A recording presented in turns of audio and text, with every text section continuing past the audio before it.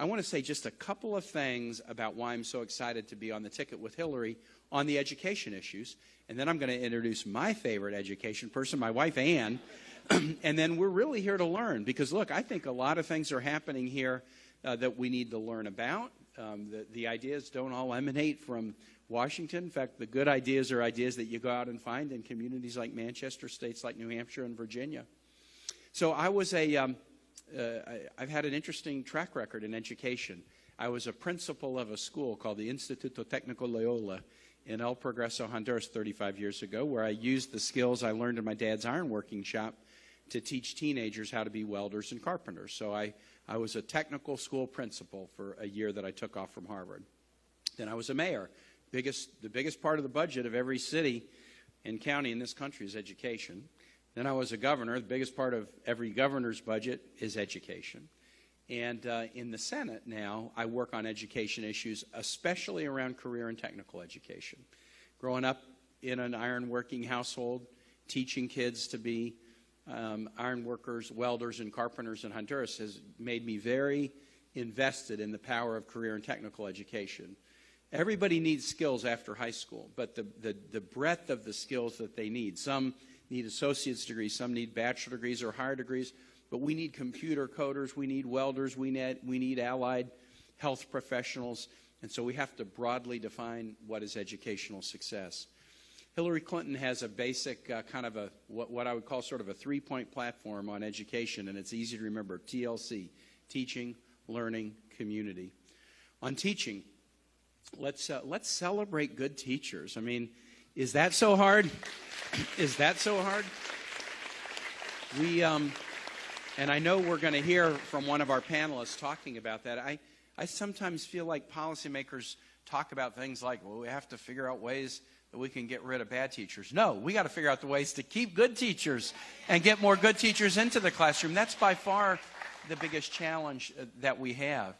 Our kids all went to the Richmond public schools. They're all now adults and out doing cool things because of the great public education they got. Thank goodness for wonderful teachers. So how we recruit teachers and make it a career that is honored and everybody sees the value of it, that is such an important piece of what we need to do. Second, on the learning side, Hillary is focused on, let's start early. Let's have kids learn in pre-K. This is such an important thing. I heard a sermon once at a church, and the title was, "It's easier to build a child than repair an adult." Start early, invest early, and then children can be more successful. And the gains from high-quality early childhood education last for a very long time. And in learning, we want to make sure that we are broadly exposing kids to career and technical education and all kinds of potential careers and academic subjects where they can succeed. And then finally, community. You know, let's make sure that the communities surround our schools at the K-12 level and that services that some kids need, because some kids come and they may not have had to walk 5 miles through the snow, but they are bringing some challenges with them from home. And teachers can't do everything.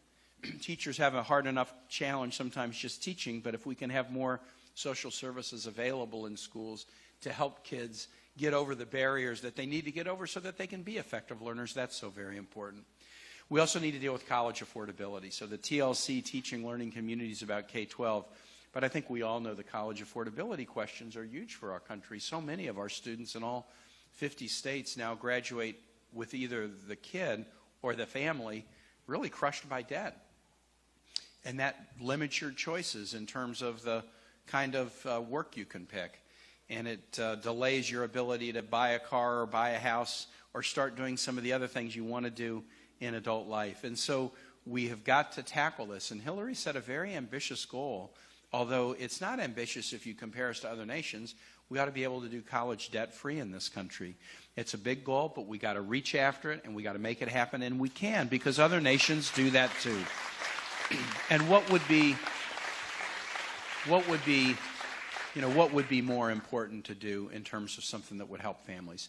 And then finally, just a little bit of a comparison. You know, from the other side, the main thing we know about education from the other side is this Trump University thing. You know, where education was kind of viewed as a little bit of a con job. You know, give us a lot of money, and we'll give you something that's probably not worth the paper it's written on. And a lot of people got caught up in that, including veterans who are handing over their GI Bill benefits.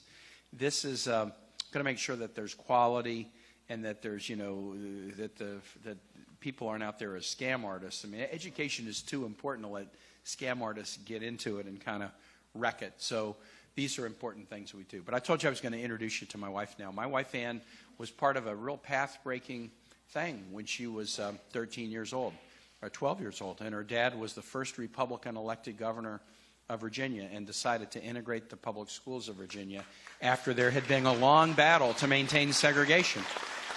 And the way he did it was to do it with his family so that his kids went to integrated schools and he could show, hey, look, of course we should learn together if our skin colors are different. And Ann was part of that experiment.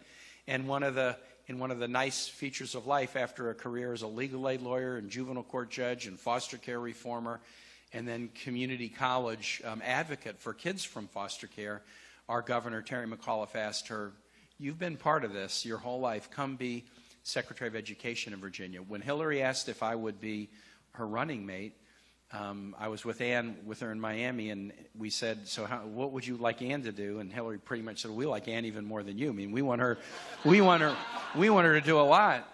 And so Ann walked in and the following 2 days later, a Monday, and she resigned as Secretary of Education so she could be on the trail talking about education and promoting Hillary Clinton's candidacy from the very beginning. So let me hand you my spectacular public servant spouse and a great education leader, Ann Holden. Thank you, sweetie. What a treat to be with you, and I'm especially thrilled to be here at Manchester Community College. Have we got any community college students in the house? Maybe up in the rafters, down here? Yay! Good job. Good job. Great to have you all with you. So I feel very, very close to our community colleges in Virginia, and now I'm enjoying getting to know them and hear about your work all across the country. My dad was very involved in helping build the community college system in Virginia when he was governor back in the early 70s. Tim was a huge champion and supporter of the community colleges during his term as governor. And I did, as Tim told you, I got to work with the community college. That's probably how I got my job. Ross knows my boss at the community college is Glenn Dubois, who was here in New Hampshire many years ago. And that experience working with young people coming out of foster care who are kind of the essence of what community colleges can do can help young people who need a pathway to a successful future, who may not have a whole lot of financial resources, and need an educational system where somebody can reach out and wrap arms around and really help guide and lead them on to a successful future. And this little program I was working with was helping those students navigate, and I thought I was going to be doing that job forever. I can't seem to keep a job. I've fallen forward. I've fallen from one thing to the next, but was doing that job and thought I was going to be doing it forever when Governor McAuliffe asked me to serve. And I loved serving as Secretary of Education in Virginia. The Secretary of Education is a member of the governor's cabinet. It's a bully pulpit job. The colleges didn't think I ran them, but they were under my territory. And the K-12 world didn't think I ran them, that's for sure. But I got to have great partnerships with great educators all up and down the system, and we worked on some really important things. We worked on funding, resources. My governor, I'm proud to say, proposed and then got through our legislature the largest funding increase. This governor did all right too, but my most recent governor, Governor McAuliffe, got through one of the largest funding increases for education, K-12 and higher ed, in Virginia history. We are working hard. My colleagues are still working hard in Virginia to reform education to be more relevant to the 21st century. And I know you all, we've watched a lot, and I really hope we get time to hear from you all a little more today about some of the innovative things you're doing in New Hampshire, but we were watching it in Virginia, and if you all don't know that, your K-12 world is folks all over the country are watching what you're doing, and you're focusing on, well, what are really the skills and competencies our young people need for the 21st century. Our education system in many ways, our K-12 world is designed based on a 100-year-ago industrial revolution model, and you all are real innovators, and we are on a path to copying some of the neat things you're doing. I had the opportunity to work with my partners throughout education on how do we create more seamless pathways. And I'd love to hear if you all are doing some of that. I bet you are here connecting K-12 to community college to higher ed to employment. How do we help young people at all ages know about the job opportunities? Because we often have, kids with degrees and jobs, but they don't always match. So how do we help young people at an early age explore career opportunities and find out about all the amazing, interesting, rewarding opportunities out there for them? So it's been a blessing to get to do this work, and now an extra blessing to get to be part of Hillary Clinton's ticket and team. I've been a huge fan and admirer of hers all my life. I like to think my little pathway has followed her pathway in some ways, working on children and families issues as she did right out of law school at the Children's Defense Fund, and then in so many other ways. It's a treat now to get to watch her up close and personal, doing the multitasking thing that women do, watching out for her children and grandchildren at the same time that she's talking with Tim about what are we going to do about the Mideast, and then turning to pay attention to me and say, well, what are we going to do to help support teachers better? It's just really, really an honor to be with I love the fact that she's a policy wonk. Don't we want somebody who's serious about these important matters that are before us?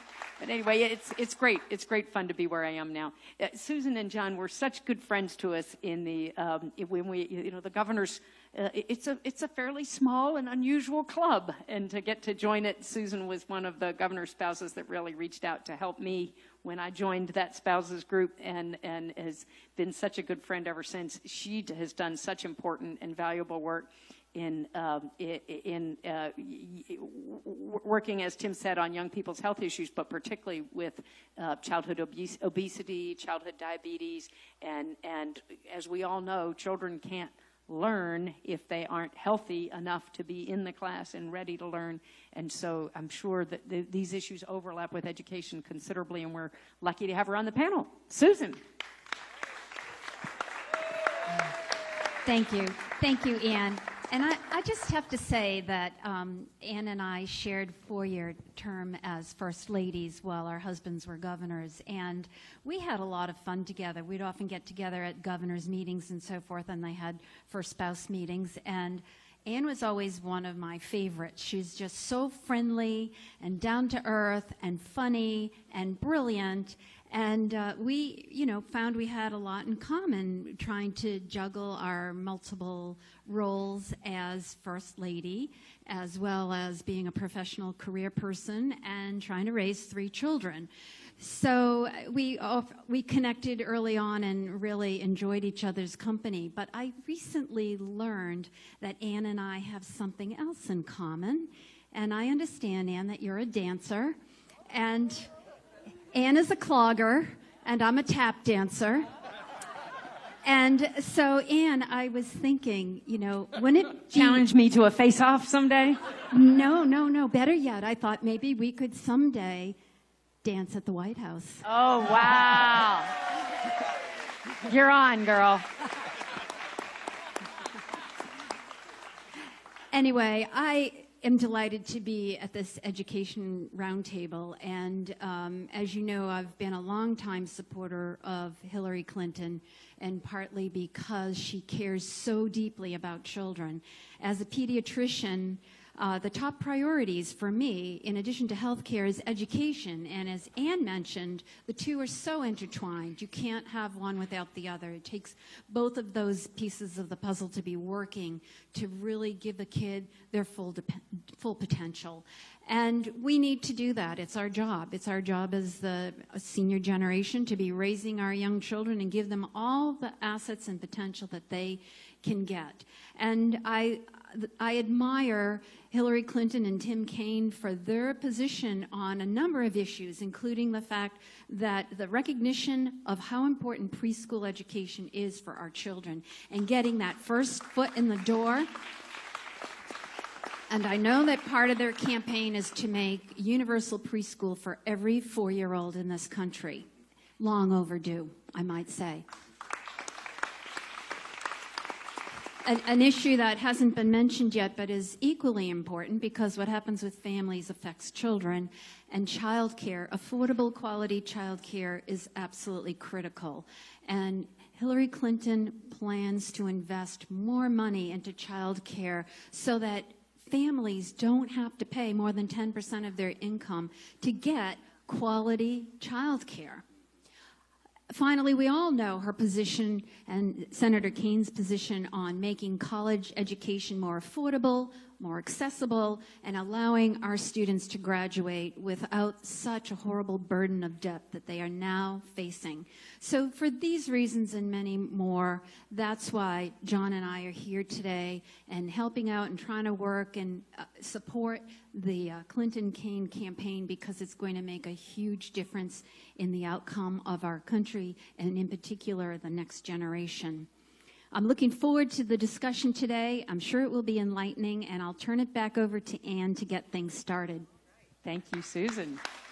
Well, yeah, I'm delighted to get to be the one who gets to ask the questions today, because I really want to look to our New Hampshire experts and learn from you. And Ross, I'm going to start with you, and then I'm going to come to Bill and then to Scott. And I'm, in light of our time constraints, Ross, I'm going to ask you I'm going to ask you to introduce yourself, but also jump right in and tell us something about what's working here in New Hampshire. What can we learn from you?